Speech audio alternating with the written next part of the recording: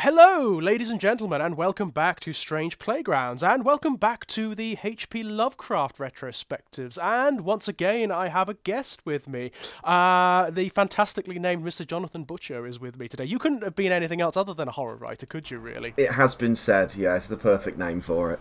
You've been preempted as being a horror writer. It's like fate. Fate deems me to be that way, yeah. I'm sure there's probably some study somewhere that looks at like people's names and what they turn out to be, and whether there is some sort of like preemptive quality to them. But yes, and Jonathan's actually chosen. I was really surprised because I thought this story in particular, I was gonna have to like nudge people to talk about. I was going to have to go searching for people who wanted to talk about it, because there are certain stories that just crop up in people's minds when you say Lovecraft, aren't there? There are things like Dagon, The Call of Cthulhu, At the Mountains of Madness, Reanimator, and so on and so forth. What have you chosen to talk about? I'm a big fan of the thoroughly unpopular story The Hound. Even Lovecraft himself apparently hated it. Well, have you read like his own excoriations about the Hound? I have. Well, I know that he called it hilariously a dead dog, titter, but also a piece of junk. So he must have looked back on it and cringed for some reason, but probably the things he hated about it, I imagine the things that I love about it. Yeah, I mean, it's fascinating, actually. It's one of those ones that I must admit I'd largely forgotten about from when I first read it, which was years and years and years ago, because it does tend to get eclipsed by all the other stuff, doesn't it? It's one of those stories that isn't quite as prominent in the cultural consciousness as, like, The Call of Cthulhu, or the ones that sort of expand into more cosmic horror. Yeah, it's much, much less about existential horror and more about human depravity. And that's what I like, because he doesn't usually have strict characters. They're quite often just narrators. They're devices to build a plot around. Yes, but this one actually has two. You know, they don't have a great deal of depth to them, but they are vile, and I feel like I'm spending some time with some really unpleasant individuals during the story. Well, this is what struck me when I came to reread it for this podcast. You very rarely get in Lovecraft characters who are initiated, who know about the lore and about, like, the mythology. You certainly don't get them as the narrators. When they occur, like in, like, The Curious Case of Charles Dexter Ward, for example, they're regarded through the eyes of others who are outside of that knowledge or outside of that sort of esoteric tradition. Whereas here, from, like, the get-go, I think it actually describes the characters from the get-go. They're occultists, they're necromancers, you know, they know this stuff. They are immersed in this stuff. They are ghouls, they've grown bored with reality and just immersed themselves in the worst possible things that perhaps Lovecraft could imagine. Yes, yeah.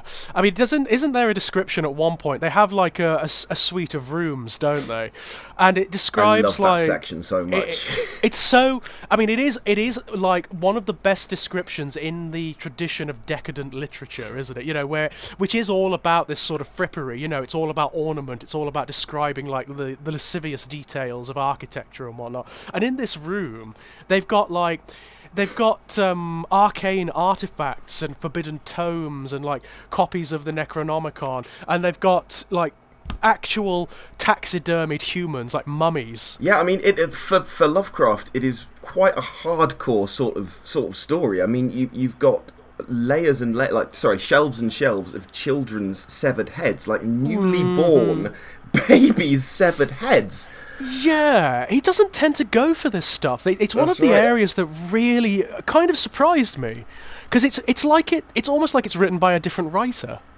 Yeah, it's a very typical horror structure as well, which is unlike most H.P. Lovecraft stories. I think that it feels quite contemporary in its structure, not in the manner in which it's written, obviously. It's almost like the done to death horror story of people embracing things that they never ever should and being punished for it. Well, I was thinking about this exact thing before I came on. I was thinking about like what it echoes, and it's the oddest thing, because the story is both very unusual and very typical at the same time.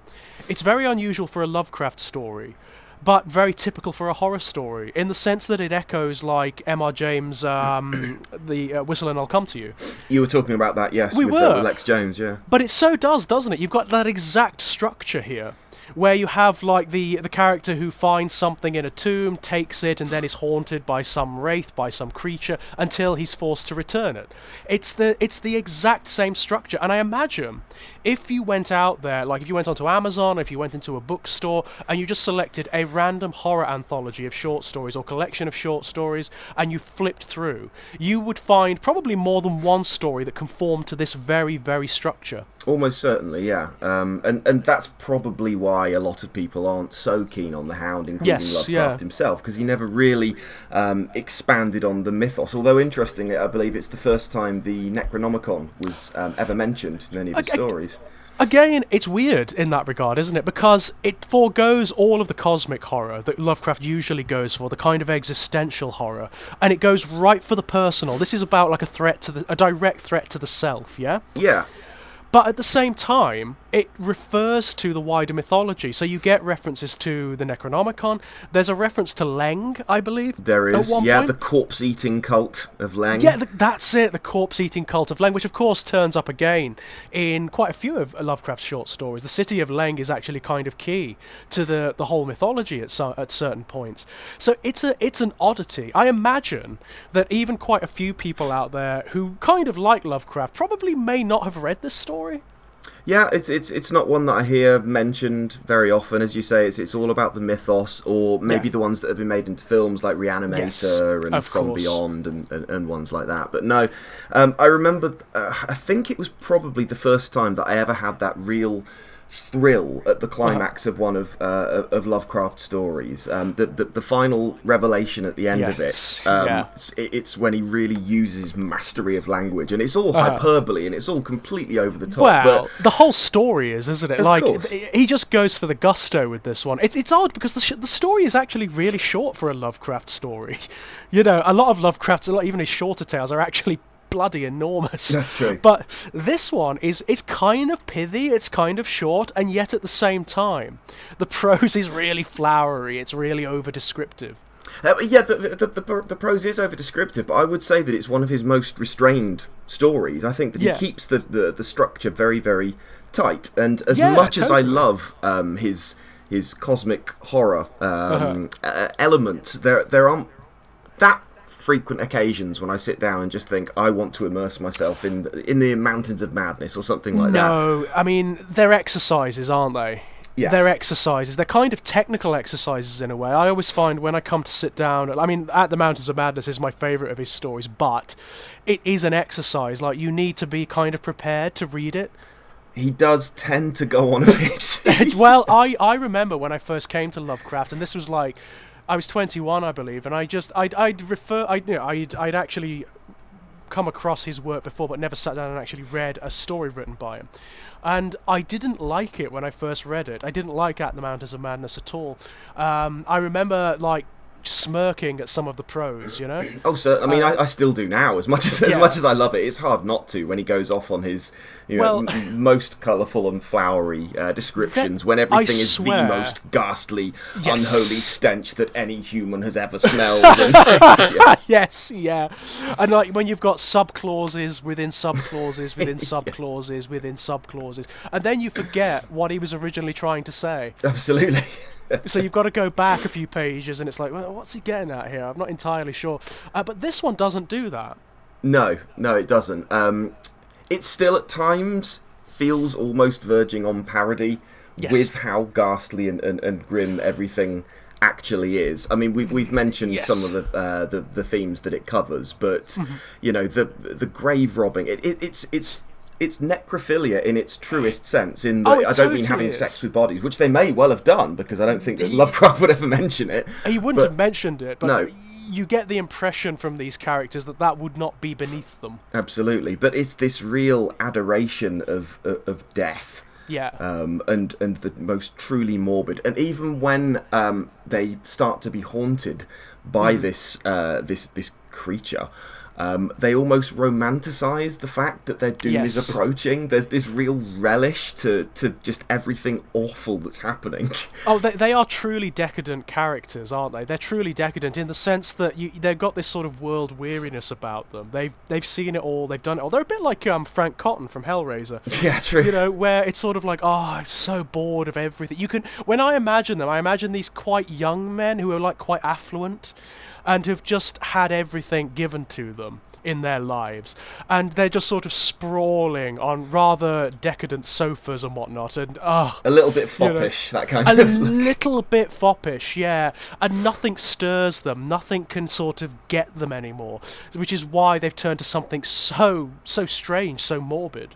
Yeah, when we were talking about the list of things that they've stolen from the graves, it always makes me snigger when, alongside this list of like human body parts and stuff like that, they just mention the musical instruments as well, and that to me says something about them, that the sound that a musical instrument can make is listed among the same level of atrocity as cutting off babies' heads. Well, it's meaningless to them, isn't it? They are kind of, there is almost like a genuinely psychotic quality to the pair of them in that regard, in that they don't make any distinction between the two.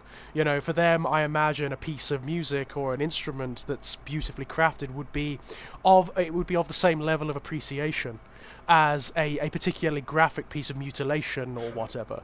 Quite possibly, yes. As for the characters themselves, I almost felt like it was begging the question whether they were lovers. There's something there, isn't there? Which is, again, very, very, very unusual for Lovecraft. I mean, Lovecraft obviously wrote quite extensively, as he did about lots of things, about his distaste for homosexuality. And I believe, actually, one of his contemporaries, who he was friends with, he actually was a pen friend with this guy, who was, at the time, so sort of like in the 1920s, 1930s America, an openly gay man.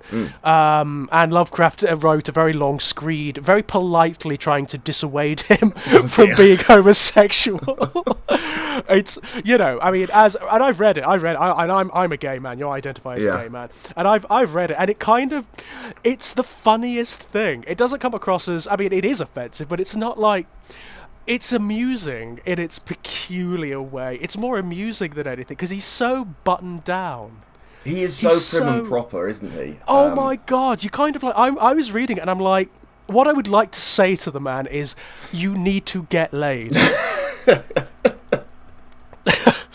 He is so prim and proper, and that's the way he frames his distaste, which is ironic, really, because the history of homosexuality within like aristocracy and whatnot is well accounted for.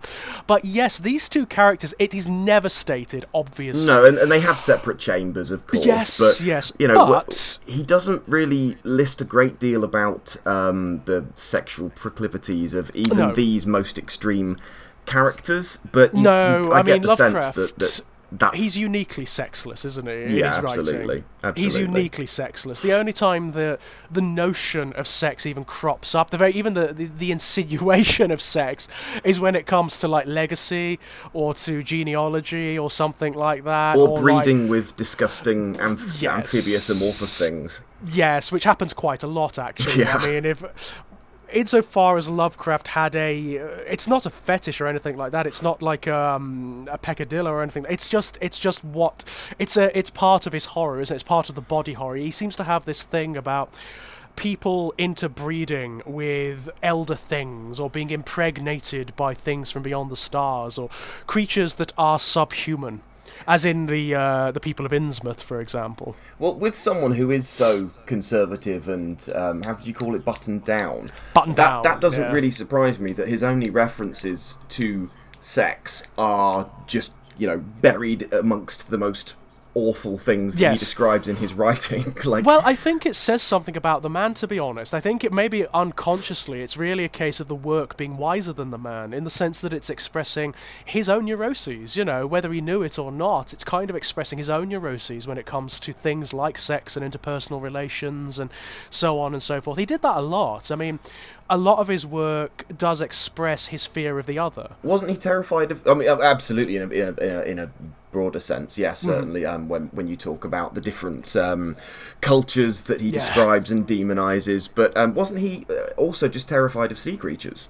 And he was. Yeah. He really had possibly a phobia of things like mollusks and squid and octopi and whatnot. He found them really strange. He found them kind of alien.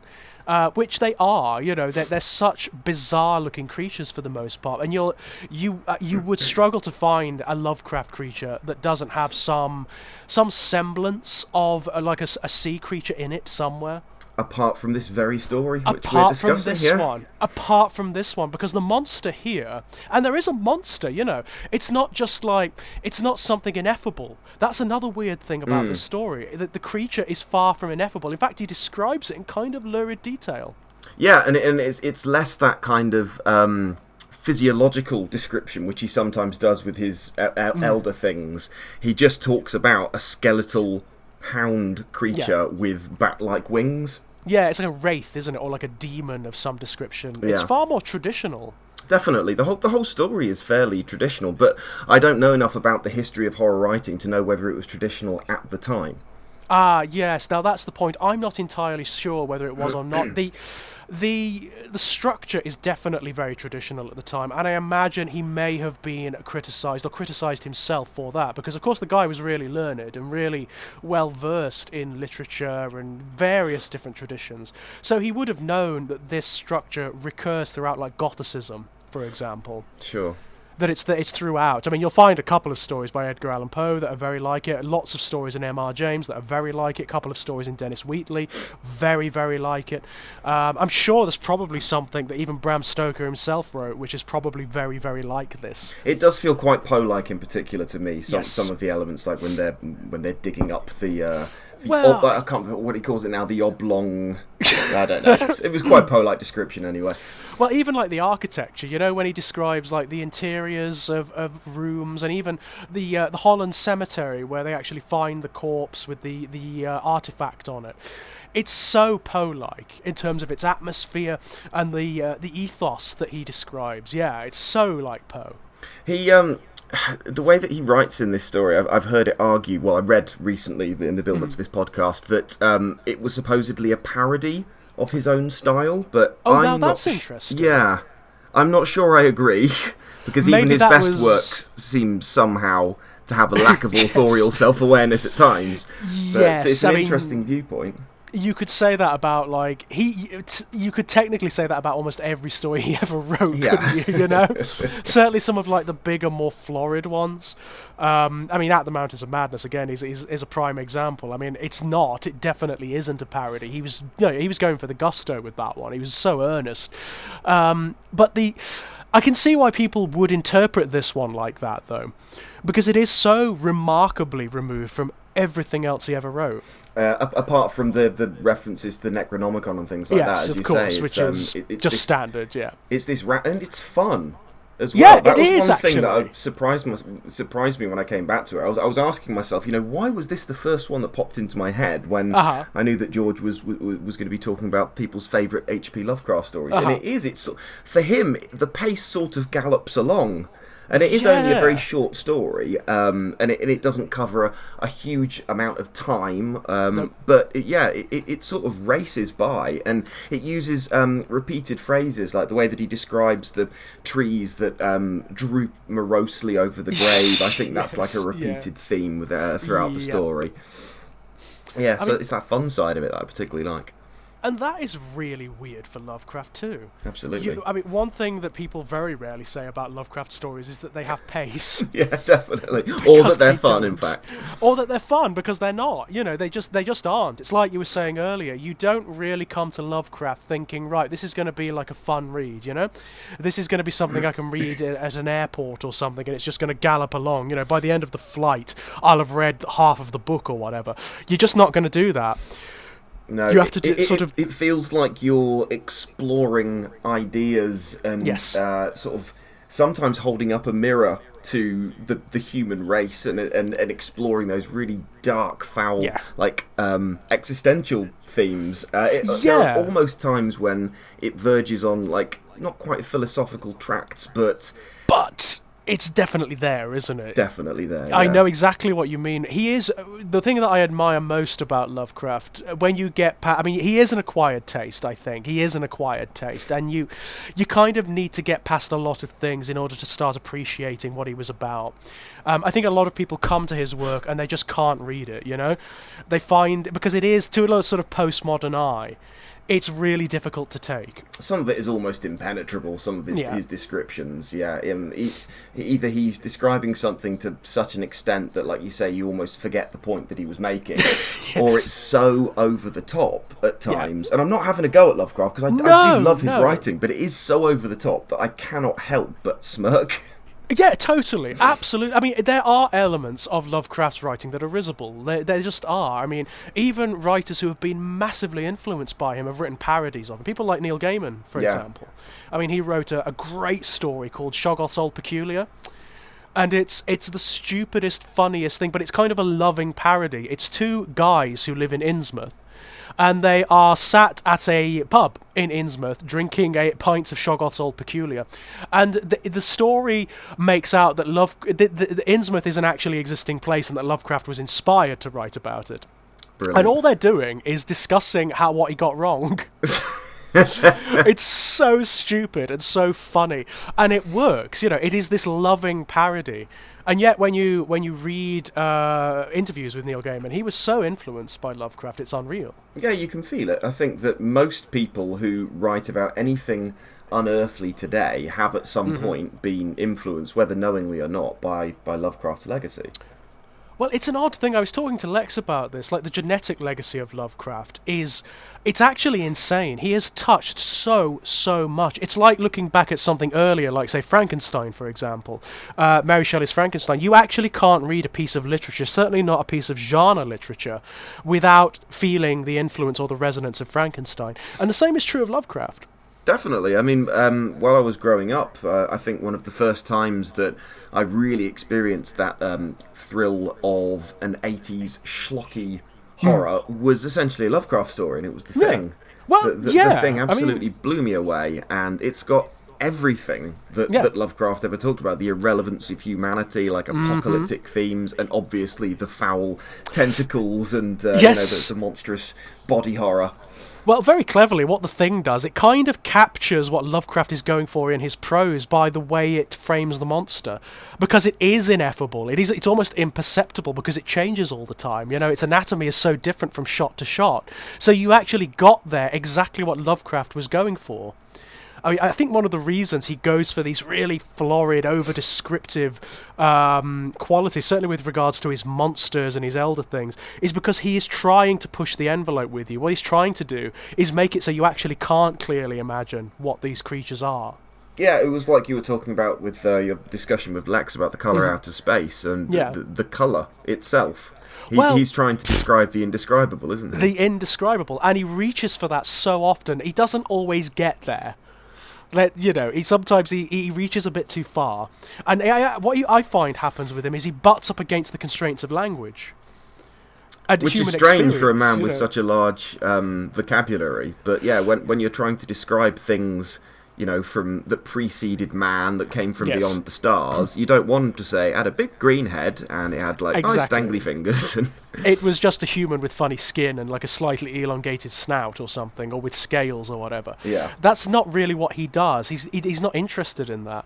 And yet you get out of him these oddly conservative stories like The Hound, which does go for the more familiar, which does go for the standardized structure, and very knowingly as well. Do you think that it is his attempt at a morality tale? I don't know. I'm not sure it is an attempt at a... It seems a strange description for Lovecraft, because none of his other work does it remotely, but he does usually punish people who have explored a little bit too far. Yes, I mean, that's a common thing in Lovecraft. They're not always like... they're not trespassing as such. They're often quite innocent in the way they do it. So they're people like Arctic explorers, or they're archaeologists, or they're just people who happen to like stumble into the wrong library or whatever, and they become obsessed with something. Here, you've got these characters who are initiates, who know what they're talking about and are roundly punished for it. But you know the irony? One of the guys anyway, he gets away at the end. In the he Hound? survives. Yeah, in the Hound. Doesn't one of the guys get away? Well, one of them's torn to ribbons, and Yes, the I know other the one other one. runs away, has been driven completely mad, and he's Yeah. writing the story on the brink of suicide. That's so right, He sort of that's it. starts it off saying that it's that typical, he's discovered far too much and understands Yes, yeah. too much and is about to blow his own brains out. So yeah, But I the wouldn't other- say he survives, in honesty. No, he doesn't survive, but he kind of gets out easier than a lot of the characters who are slightly more innocent in Lovecraft. Like, you look at the guy who's describing the events of Dagon, for example. Yeah, absolutely. And they go through absolute several shades of hell over a really protracted period. Whereas this guy, yeah, he's tormented throughout, but he's not, he eats a bullet at the end and that's it. That's That's true. where it ends, It's slightly unusual for Lovecraft. Slightly unusual. In fact, it's entirely unusual. I almost feel like that lack of a dramatic end is a fine punishment for someone who is so obsessed with trying to find something to stimulate him. Yeah, actually, now that you mention it, I imagine he's the kind of guy who would prefer the more protracted madness, who would probably see some of what the other characters experience as a form of revelation. Yeah, he might even be thrilled at his own destruction when just a bullet in the head is so Ignominious, unnoteworthy, isn't it? Yeah, it's just nothing, is it? It's nothing. And also the fact that he's murdered by his own ignorance as well. Absolutely, yeah. I mean, these characters, they do have a certain arrogance about them, don't they? They have a certain overweening pride about their occult knowledge and, whatnot. And they feel as though they are beyond reproach. I mean, they are digging up corpses in this Holland cemetery. And the thing they actually come across, one of the elements I really, really like in the story is when they first dig up this corpse, it is just a corpse, it's sort of desiccated. And when he comes back at the end, when he comes to replace the amulet, I believe it is, isn't it? Yeah. It's actually growing, isn't it? There's blood and scraps of skin that have... and it never really explains the mythos in too much depth, but seeing as the amulet came from the corpse-eating cult... Yes. And the Hound has escaped and presumably eaten some people that he's murdered. Maybe that's what fuels the regrowth. But it never really quite explains it. It never really explains like the dynamic between the corpse, the demonic Hound that you see and that occurs, and the thing that it becomes at the end. Yeah, it's almost like it's like possessed the corpse of the person who stole the amulet in the first place. Or almost like it's almost like a projection of the creature that's in the coffin, Yeah. It's hard to say. You never really know. There are multiple different interpretations of what that creature could be. It's got a kind of lycanthropic thing going on. Yeah, definitely. The howling, isn't there? The baying at the moon. And almost a slightly vampiric thing as well. You never really know quite what it is.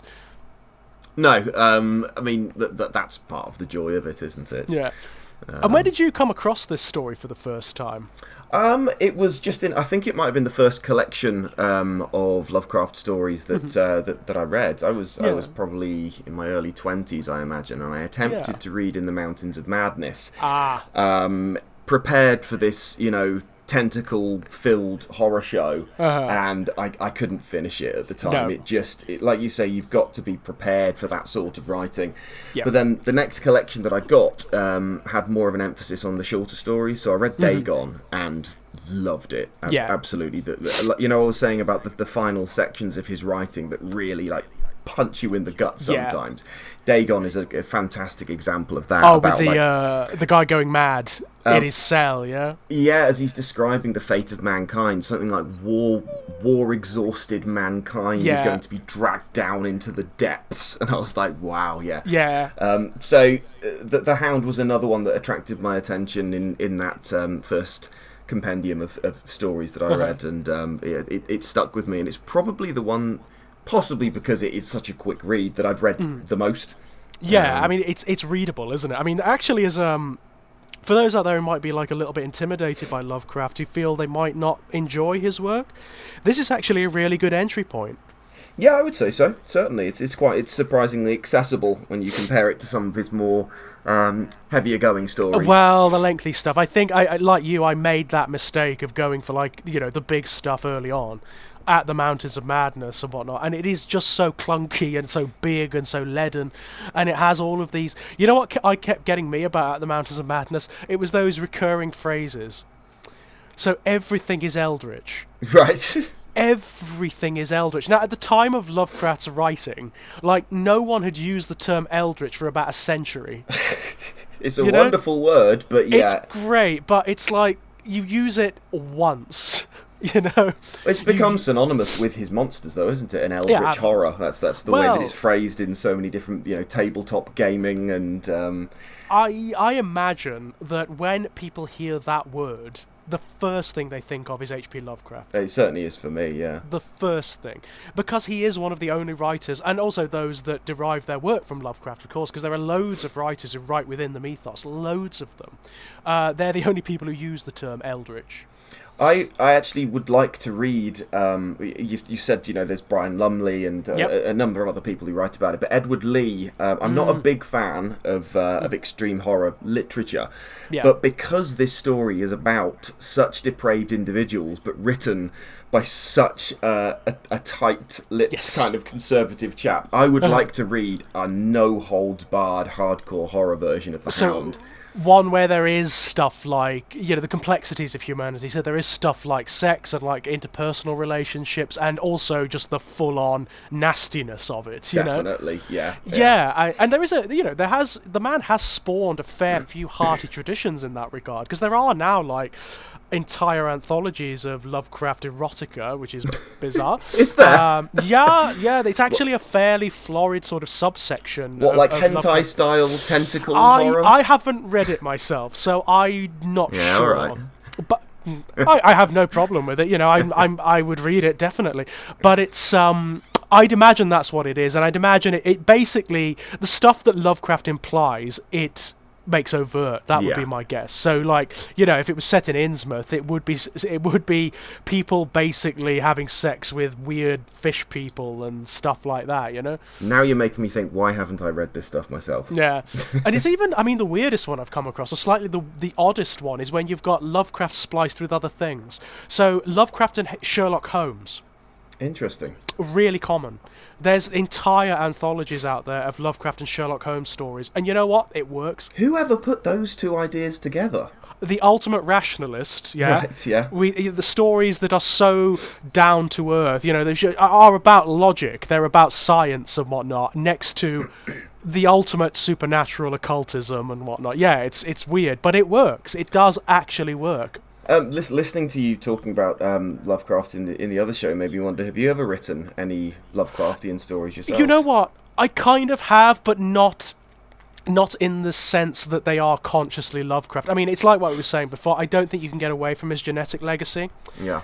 So I think there are probably somewhere out there in one of my collections or whatnot, something redolent of Lovecraft. There are definitely strains of Lovecraft in the sense that a lot of my stories are about people that become other things, Yes, yeah, definitely. The that body horror lot. Transformations. I think the difference between me and Lovecraft, it sounds a weird thing to say, but because it does sound, you feel slightly arrogant, don't you? It's sort of but the difference is that Lovecraft was an entire pessimist. So whenever transformation occurs in his work, it is for the worst. It's always something negative. It's like a degeneration. Whereas I go for the more metamorphic and transcendental quality in mine. I can see that, certainly, yeah. So even if it is monstrous, it's a kind of revelatory transformation. Yeah, he's wholly pessimistic, as you say. Oh, wholly, yeah. If in his book someone does start transforming or swelling or sprouting tendrils or whatever, they're not going to end happily. Oh no, it's going to be completely irreversible, and they're going to either end up dead or murderers or locked up in a cellar. Yes, yeah, where they will swell and become just some Resident Evil amorphous creature. Yeah, yeah, certainly. Sort of T-virus mutated thing. What about you? I'd assume you have kind of a significant influence from Lovecraft, yeah? Some of my stuff is influenced by him. It's hard not to be, of course, but I've only written one that was explicitly Lovecraftian, and that was for an anthology called Dunham's Does Lovecraft. Originally was going to be called Dunham's, which is the name of the publisher, Destroys Lovecraft, because they wanted it to be a number of parodies touching on the taboo stuff that he never really approached. And I like that. Yeah, it was a cracking idea for an anthology, and thankfully mine was accepted. It was called Cthulhu Cometh, spelt Cummeth. Brilliant. And it's about a young, I think he was about 15 or 16, murderer. He's born to a family of people who just kidnap and torture people, and eventually he's sort of like the decadence in the Hound, in fact. And everything just bores him until finally he digs deeper after he's murdered his family to just shut them up, essentially, not even because he got any thrill out of it. He immerses himself in the dark web and finally has a conversation with someone whose values appear to reflect his own. And it turns out that this begins an online romance with Cthulhu, him/herself. Okay. So Cthulhu's online too, you know? Yep, absolutely. That's cool. I love the idea of marrying the Lovecraft mythos to things like the internet. Yeah. I love that. I mean, that's been done. I mean, that has been done. If you look at like the Slender Man mythos, oh, it's fantastic, yeah. it's entirely Lovecraftian. What they've done is taken the essential like base concerns and imagery of Lovecraft and translated it into this new medium, this growing frontier, the virtual frontier, with all of its new concerns. It's absolutely brilliant. Yeah, the first time that I watched any of Marble Hornets, I remember just freezing. The first sight that I got of the Slender Man, it very much felt like I was seeing some kind of Lovecraftian horror that I wasn't supposed to see. For me, it was something like entirely new. I'd not really seen that kind of horror before, where it was like suggesting stuff to you without actually making it overt, where there were things in the background, there were little symbols and things that you just have to pick up yourself. Was that ever concluded? I think I saw the Marble first Hornets season. Yes, it was concluded. Not in any coherent or closed way, because I don't think that would work for that kind of story. No, it'd but be yes, very there unsatisfying, I think. If there was sort of like a resolution where the characters got away or whatever, that just wouldn't work. But no, there is a kind of conclusion to it. Yeah, I think there are 3 seasons altogether. Oh wow, okay, I'll have to. Which you can actually buy on DVD now. You can actually buy it on DVD. It was that successful. Wow. Yeah, right. From an almost budget-free. Yeah, right. I mean, that's the way that it felt, anyway. Perhaps. No, it was. I mean, the guys that made it were not even film students. They're like teenagers. You know, they had nothing. They had no money behind it at all. Yeah, it is, and for me, it demonstrates just how brilliant like horror with no budget can be. Definitely, it doesn't all have to be spectacular special effects by any means. Not at all. And there are some very good sort of tertiary projects that have spawned from it that sort of feed into the mythos. So you've got things like Tribe 12, which is slightly more ambitious. It expands the mythology enormously, and there are lots of entities. There's not just the Slender Man. There's lots of like these strange, otherworldly Lovecraftian gods and extra-dimensional entities, and Everyman Hybrid. Wow, okay. Which is also Everyman Hybrid is very good. That takes it in a slightly different direction. Are they made by the same people as Marble Hornets? No, they're not. But what started to happen as they were creating these projects, they started to communicate. No way. So there are things like crossover episodes, and the mythologies all feed into one another. They actually went to meet one another, and they actually filmed crossover episodes and whatnot. That's exciting. Yeah, I'm certainly going to have to check that out. They're very long. Everyman Hybrid is huge. It's absolutely enormous. But it really goes for like the reality bending qualities of these stories. Yes. Where you can have time distorting, or you can have characters stepping outside of their door and suddenly they're walking into a closet or into another house or something.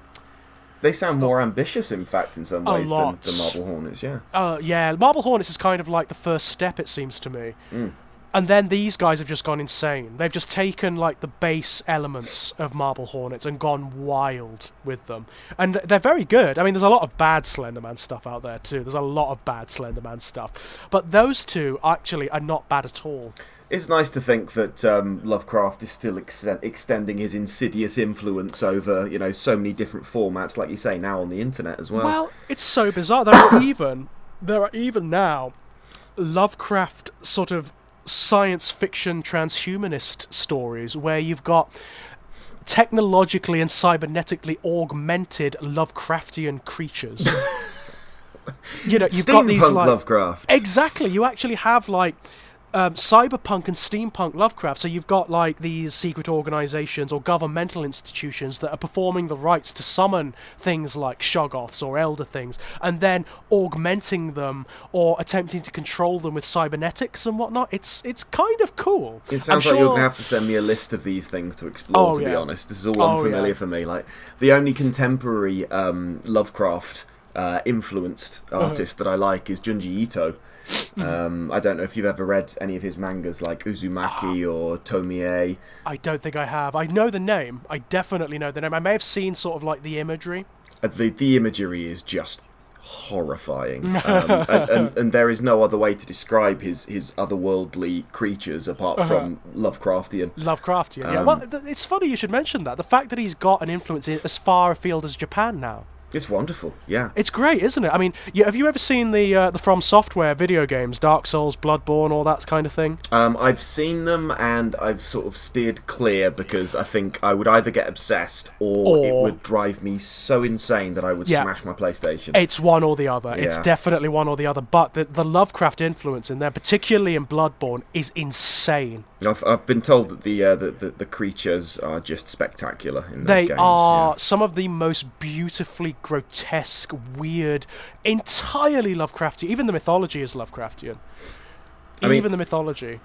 I'm struggling with Cuphead at the moment, and I'm really not so much of a glutton for punishment that I want to move from that onto another intensely difficult game. If you're doing Cuphead, do not move on to, say, Dark Souls or Bloodborne directly after, because you will end up mutilating yourself. Maybe just watch some of your episodes as you play them. That's a good idea. That's a good idea. Although I am not the best Dark Souls player in the world, I'll put that out there right now. There are people out there who like. It is obviously almost like a creative endeavour for them. So they go through trying to do it as elegantly as possible, and it's insane. I've no idea how they do it. I've no idea how they do it. I was reading about the most difficult games, and that people were discussing Dark Souls the other day, and there was an argument that they aren't actually difficult games. And I was like, what? They're notorious for that, surely. Mm-hmm. And people were saying no, because it's part of the way that the game is built, so that you gradually learn more and more about these foul Lovecraftian beasts, so that you have to gather that knowledge in order to defeat them. So it's like a systematic process rather than just true. a rock Yeah, art. I mean, I would say it is still genuinely hard, even when you've learnt how to take down these entities. It is still genuinely hard. But yeah, it's what I love about the games more than anything, beyond the amazing way they tell story, which is so elegant, it's so beautiful, almost everything is symbolic. So you don't have characters stopping and, you know, expounding at you or anything like that. You have to interpret the story for yourself, basically. It's the elegance of the gameplay, so you'll come up against encounters and they will feel impossible. Yeah. You'll just die and die and die, and you're like, I don't understand. What am I doing wrong? And what you're doing is the video game thing. You're looking for a trick. And there isn't one. There isn't one. You've just got to learn how these enemies work, what their attack patterns are, what their tells are, and eventually you'll get it. Yeah, that sounds very similar to Cuphead, in fact. Well, people have described Cuphead as two-dimensional Dark Souls. Yeah, I've heard that comparison. They have described it as such, which is not unfair. And, I mean, there's a couple of Lovecraftian-style games coming out very soon. I believe The Sinking City has either dropped or is about to drop. I'm very excited for that. It dropped recently, and apparently it's awful. Oh, don't say that. It looks just stunning. The trailer was spectacular. Was amazing. The trailer just excited me so much. What people are saying about it is that it is a totally broken game. On a technical level, it's totally broken. Can't just be patched with updates, maybe? I suppose it could be, but there are people who are saying things like the combat is fundamentally unfinished. Oh dear. But they're also saying that it's sort of so bad it's good. You don't want that with Lovecraft. No, you want to feel truly horrified. Yeah, and you know there are Lovecraftian games out there. There is the Call of Cthulhu is very good. The Xbox game, rock solid, but very good. So good. Things like Amnesia. Yes, The Dark yeah, Descent. the Dark Descent and Totally, A Machine for Pigs. Totally Lovecraftian. Totally. I mean, again, Lovecraft's influence on video games is insane. Just things like aesthetically, like monster design and whatnot. Yeah, even back to the PlayStation with things like Nightmare Creatures, which was dreadful, but kind of loved it for the monsters. Yeah, and Resident that whole Evil. sort of... Well, Resi's the obvious one, isn't it? I mean, you look at William Birkin in Resident Evil 2, and he basically becomes a Shoggoth. Yeah. By the end, he basically becomes a Shoggoth. Even Silent Hill, although the monsters are not necessarily Lovecraftian, the way the mythology works is Lovecraftian. Yeah, the horrifying revelations that sort of make sense and sort of don't, and the... in fact, don't you even fight what could be called an elder god in either Silent Hill 3 or Silent Hill 2? In most of the Silent Hill games, not all of them, but in most of them, there is this subplot of a dark god that is waiting to be born, or that you have to abort before it can be born. At the end of Silent Hill 1, there are two different endings. There's one where you succeed in aborting it, or there's the one where it's actually born and you fight it. And then that happens again. It's sort of mirrored in Silent Hill 3. Yep. My favourite Silent Hill game, in fact. Silent Hill 2 and 3 are just right up there. Well, yeah, I mean, Silent Hill 2, I remember this one time when I was at university, that gradual sense of horrifying revelation happened too strongly, and one night I was playing it, and you get into a long corridor, I don't know if you remember, but it just goes on keeps going. and on, and at one point I was just thinking, is the game actually broken? Because it felt like I'd been doing it for 5 minutes, and then I came to a door. Yeah. And then I saved it and went to bed because I didn't have it in me to open that door at that point. I know exactly what you mean. There is this wonderful... I mean, I think the Silent Hill games, the early ones anyway, really capture what Lovecraft was going for. Certainly, yeah. That ineffable, grinding existential horror where you know there's no escape, you know there's no real salvation from this. And I think Silent Hill 2 and 3 do it beautifully, where you have that grinding sense that it's just going to get darker, it's just going to get worse. This is not going to get better at all. Yeah, there's a true sense of despair in all of the Silent Hill games. There really sort of are. psychological and otherworldly dirt. Despair as well. Like I never completed the room, but I got quite close to the end. But moments in that are just really deranged, really quite surreal moments of just feeling completely detached from all of reality. Yup. It's hallucinogenic almost, isn't it? You know, it's got that quality about it. Yeah, as horror experiences, Silent Hill is like, it's well up there. And again, without Lovecraft, it just doesn't happen. You just don't have it. His influence, he would be horrified, I imagine, to think that his work influenced something as frivolous as a video game. I think he would be probably horrified. He would certainly be horrified at the notion that there are like Lovecraft erotica.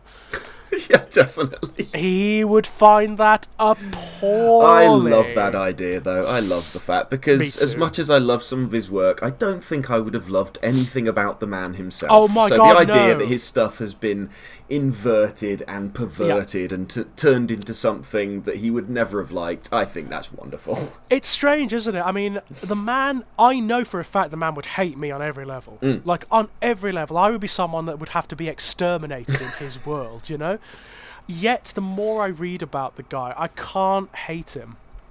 I just can't hate him. I find him slightly pathetic. Yeah, there's a pitiful element to what I know about the man. I mean, he kind of didn't have a chance. The guy was so broken. I mean, I've read that. I mean, his racist tendencies have been discussed many times. But I read that his wife was Jewish, and sometimes he would go on these horrible, hateful rants, and she would have to remind him. Yes. His own wife. Oh, by the way, I'm also Jewish. I'm also Jewish, by the way. Well, again, that's something that seeps into his fiction. If Jewish characters occur in Lovecraft, they are almost certainly going to start sprouting hooves or tentacles or something at some point. But there's the irony of the man, though, isn't it? I mean, the man was obviously quite complex because he ultimately married a Jewish woman. Yeah. I mean, I still can't get my head around that. Well, okay, it didn't last, but you know. he was born to unstable parents, was he not? So I imagine that there was... That's very polite. Yeah. You're being really polite. I imagine there was quite a lot of mental illness involved in throughout his life, which may or may not have fueled his stories, but certainly fueled his paranoia and his isolationism and his horror of the other and his fear that things were breaking down and whatnot. Yeah, but I am with you. I like the fact that his work has become so, I won't say polluted, but has become like pervasive. It's become so meaningful to people that they've taken it and reinvented it. I love that. Definitely. I absolutely love that. And I love the idea of him reading the climax to the story that I mentioned earlier that I wrote, which involves Cthulhu's boiling ejaculate destroying his lover, and Cthulhu learning that love was the one thing he or she was never supposed to discover, and committing suicide beneath the depths. You can almost imagine the look on the man's face, can't you? Yes. It would make you very happy, wouldn't it? Yeah, what a delightful image. Yeah, and I think, to be honest, on that note, Jonathan, I think we'll call it to a close there. Sounds good. End on boiling ejaculate. Absolutely. We will end on Cthulhu's boiling ejaculate. So, Jonathan, thank you so much for coming on. Thank you so much for having me. It's a pleasure, and thank you for choosing this story. Because as I say, I did not expect this one to be one of the opening chapters for the Lovecraft retrospectives. Well, there we go. I'm glad I could surprise you. Excellent. Is there anything you'd like to pimp out? The Children at the Bottom of the Garden is the only novel that I have released, and it certainly has some influence from Lovecraft. I would say a small element, but yeah, if you want to see my perspective on otherworldly creatures, then yeah, check out The Children at the Bottom of the Garden. Brilliant. Links below, by the way, ladies and gentlemen. Links below. As for myself, you can find my work over at strangeplaygrounds.com and Knocking About Amazon. 3 short story collections out there at the moment: Strange Playgrounds, Essential Atrocities, and Born in Blood Volume 1. Thank you so much for anyone who goes and takes a look at those. And until next time, ladies and gentlemen, bye-bye!